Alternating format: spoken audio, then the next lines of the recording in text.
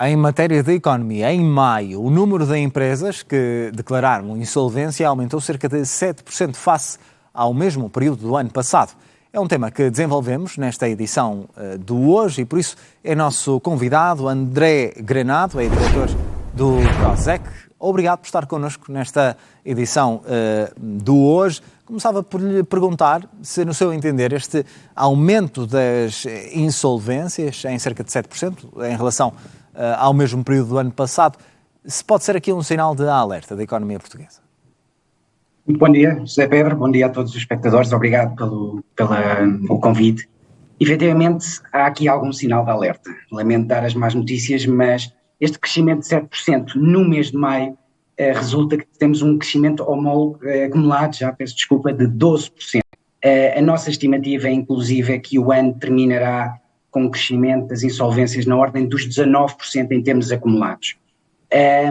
Este aumento, enfim, eu diria que podemos ler em vários sinais. Há muita incerteza, mas há de facto, por um lado, quase um regresso à normalidade, porque tivemos muito tempo com, de facto, uma resiliência muito grande das empresas, às vezes até mantidas, com algumas ajudas artificiais que permitiram a estabilidade dessas empresas. Portanto, aqui há sempre algum regresso à normalidade, mas esta tendência de 19% já é um sinal de aumento do risco. E aí há muitos fatores que justificam isto. Por um lado, temos de ter noção que, apesar de os dados económicos serem positivos, com uma estimativa de crescimento do PIB de 2,5% e algum abrandamento já para 2024 de 1,2%, isto é muito sustentado por via do turismo, por alguns setores mais resilientes como a área de indústria.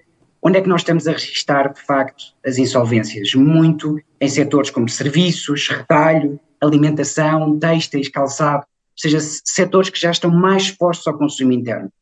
E nós vemos, e muitos economistas têm alertado para isso, que apesar dos bons indicadores, as taxas de poupança, por exemplo, já se reduziram muito. Portanto, aquele buffer que estava a alimentar o consumo interno tenderá a reduzir-se. E, portanto, estes setores estão muito vulneráveis. Há outro em particular que tem muito a ver com o dos transportes. Nós estimamos que também vai ser bastante afetado, sobretudo pela evolução do preço dos combustíveis.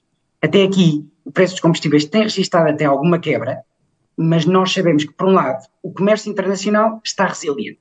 Vai crescer na ordem dos 2,5% até ao final do ano. Portanto, isto vai continuar a sustentar a procura. Por outro lado, já temos indicações, por exemplo, da Arábia Saudita, que já vai fazer cortes na sua produção. Portanto, vai haver aqui claramente uma inversão da tendência dos preços dos combustíveis, e isso também se vai refletir na própria setor dos transportes. Evidentemente vão ter mais custos e, portanto, é um dos setores que nós vemos a ser largamente afetado. Em termos positivos, é evidente que todo o setor de indústria, em geral, está muito resiliente, com uma boa evolução, muito baseado também nas exportações, que continuam a comportar-se bem. André Granado, falava na questão dos serviços e na questão do retalho, e aí são as empresas que, segundo a análise que aqui nos deixa, que estão a sofrer mais. Também estamos a falar do facto de, naturalmente, empresas que lidam mais com o consumidor final no dia-a-dia, as pessoas tiveram aumentos de várias ordens, na prestação da casa, na conta da eletricidade, na conta do gás, e depois têm de, obviamente, cortar em alguma coisa. E cortar em alguma coisa são nessas coisas, nesses produtos, nesses serviços que deixam de poder consumir, o que naturalmente afeta as empresas. É isso, é evidente. Há aqui alguma incerteza, mas eu partilho completamente dessa análise. É esse de facto que nós vemos pelos dados até agora. As tendências até ao final do ano seguramente vão confirmar isso, porque a tudo isso que o José Pedro já mencionou, há que acrescentar, por exemplo, o tema com muito peso dos aumentos das Euribors, e a política de consolidação fiscal vai continuar aí. Nós sabemos que, a nível nacional, tudo o que é empréstimos de habitação, temos uma grande exposição às taxas variáveis, e, portanto, isso, evidentemente, vai se repercutir no consumo interno.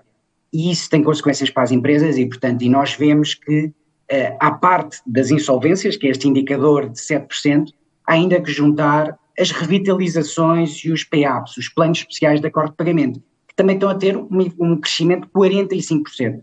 Portanto, tudo isto são já indicadores de que Nós estamos a falar, André, também de empresas, nomeadamente do retalho, que já vinham sendo afetadas com a pandemia. Muitas acabaram por se endividar, e dívidas de segurança social, entre outras, que agora também estão a ter de pagar, não é? Ou seja, aqui podemos dizer uma tempestade perfeita, tudo ao mesmo tempo.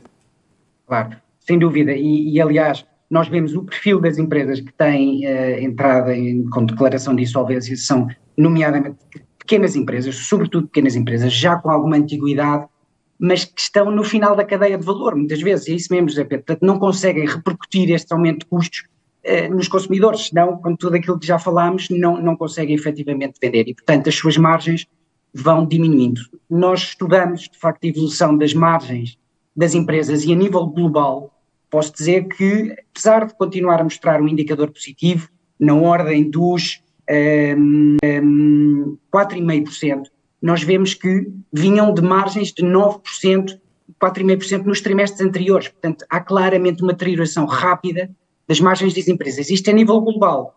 Se depois vamos fazer o foco nas pequenas empresas, que nomeadamente têm sempre um poder negocial mais reduzido, complica bastante a situação. E, portanto, daí a nossa estimativa, de facto, chegar ao final do ano com um aumento de 19%, neste momento vamos, como dizemos, 7% em maio, recorde, e 12% acumulado desde o início do ano, o que já é significativo.